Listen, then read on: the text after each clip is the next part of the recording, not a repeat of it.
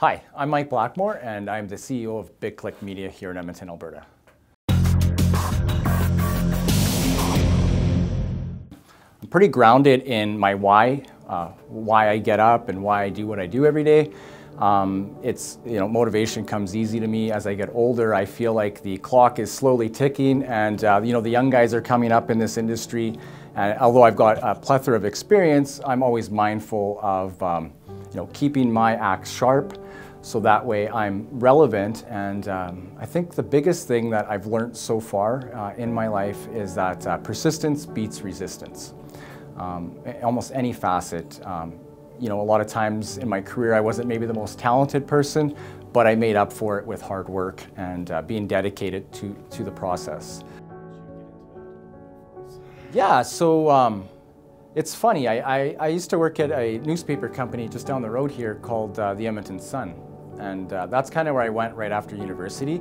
And I was selling ad spaces in the paper, and it kind of dawned on me mid-2000, closer to 2010, that this search engine was out there, and everybody, including myself, were using it for everything. And so one day I just literally, I had some skill sets from university. It was more of the analytics background and algorithms, but it was very transferable. Once I got my head under the first page of Google, I said, how are they there and why are they there? Those are the two questions I had, is like, why did Google pick these pages? And so I literally just went into each page. I went to their source code. I started looking at meta descriptions, titles. I didn't even know what it meant.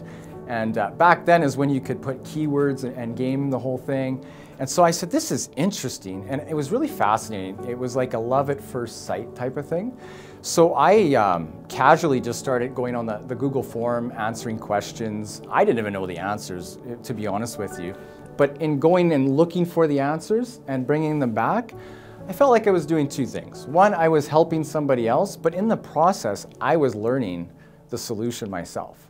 So after faking it probably for the first 6-7 months, I actually started to attain a lot of this knowledge. And I said, okay, where can I go cut my teeth? I've got to find somebody that I can do this on and try this out. So I switched sides. I was selling ads to the automotive people and doing quite well. But it was an easy transition because I had relationships formed with them. And so when I asked, hey, do you guys need anyone to run any of your marketing, SEO? They didn't even know what that meant. So I said, let me show you. Why don't you give me a page? It was a Ramp 1500 page. I'll never forget it. And within maybe 2 weeks, I kind of recreated what I'd learned from reverse engineering the first page of Google. And I just thought, hey, let's try this out. And to my surprise, in about 2 weeks, it was third on the first page. And it was like a Ramp 1500 search, which if you're from Alberta, you can imagine how competitive that search term is. So it kind of started to open my eyes and say, hey, maybe, just maybe I could do this on another page. And then one got me two led to four. Next thing I know, there's this program called Google Engage back in 2011.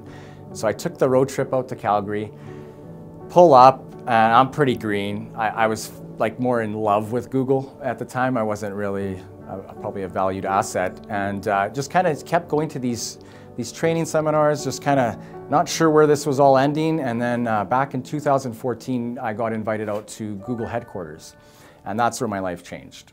From that day forth, I was invited to become a Google top contributor. In Canada, there is only 2 of them. So there's a guy named Trevor in Montreal. He runs an agency called Let's Get Optimized. And then there's myself out in Western Canada. Yeah. It's opened up a lot of doors for me, David. I don't think I'm any different than yourself or the next guy. I think that I had a huge passion with it, and I found a way to turn that into something. And locally here in Edmonton, who would know now that I'm North American recognized in a lot of communities? And I don't know this because I think when you're doing something well, you don't know. You just do what you think needs to be done, and other people take notice. And then I think the dangerous part is when you start thinking you're really good at something. That's a dangerous place to be mentally, because I see this all the time. Nothing, if I could just be candid for a minute, nothing perturbs me more than going on social network profiles and seeing digital marketing guru, rebel results ninjas, and all these self-proclaimed titles. And it's kind of like, anybody could call themselves that, right? I mean, it's kind of self-proclaimed. But when you're getting you're getting notice from actual big agencies, Google Canada, Facebook's now asked me to come do a speech next week. All this wouldn't have been possible if I didn't stick with it. If I didn't, even when there was nothing, I didn't know how the story would end. I just had a feeling that this was the right thing. Like, this was the right thing for me to kind of put all of my eggs into and see where it ended. And I have no regrets. I can tell you this, that the only regret I have is that I got into it too late because of my age now. I'm pushing 40 here. So I'm becoming a bit of a dinosaur, unfortunately, in this space. But, having said that, I think there's still a place for people who are really skilled and talented at this stuff, especially in this marketplace.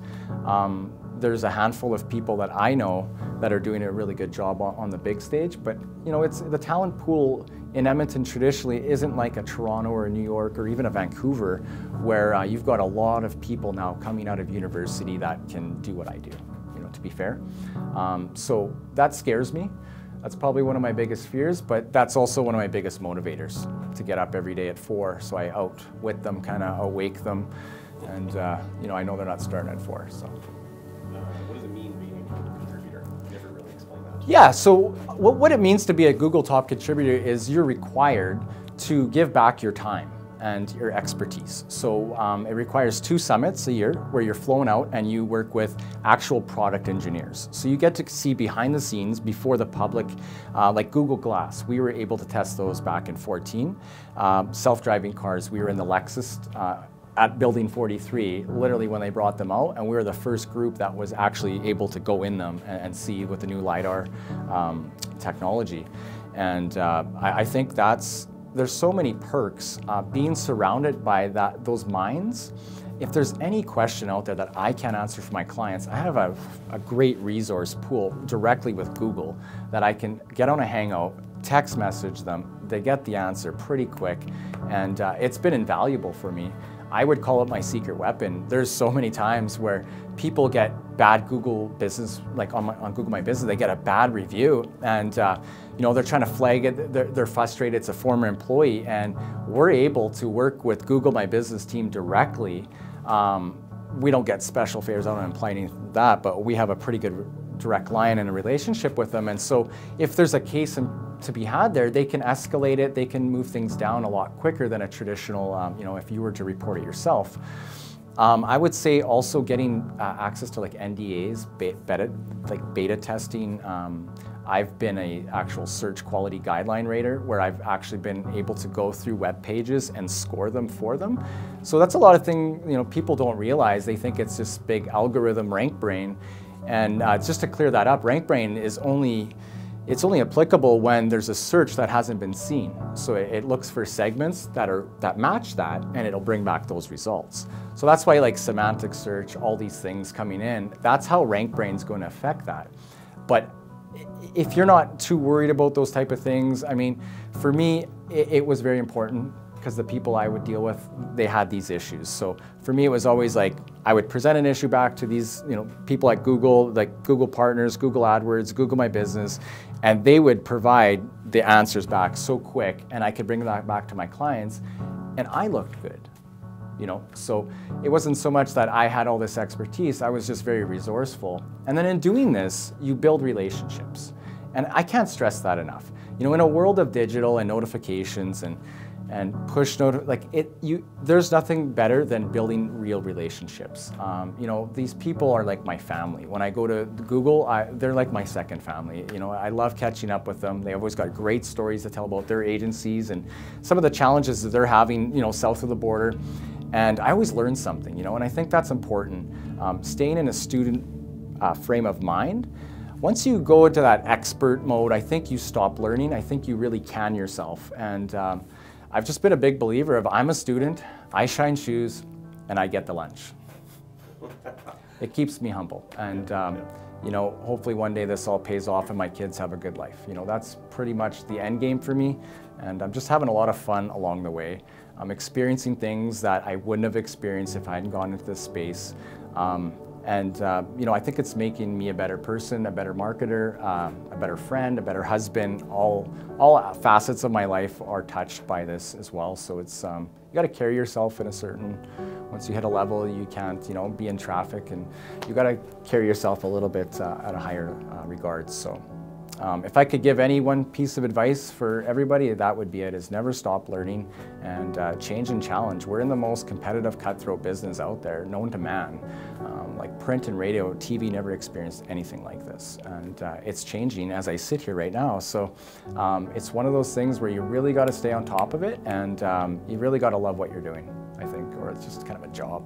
Yeah.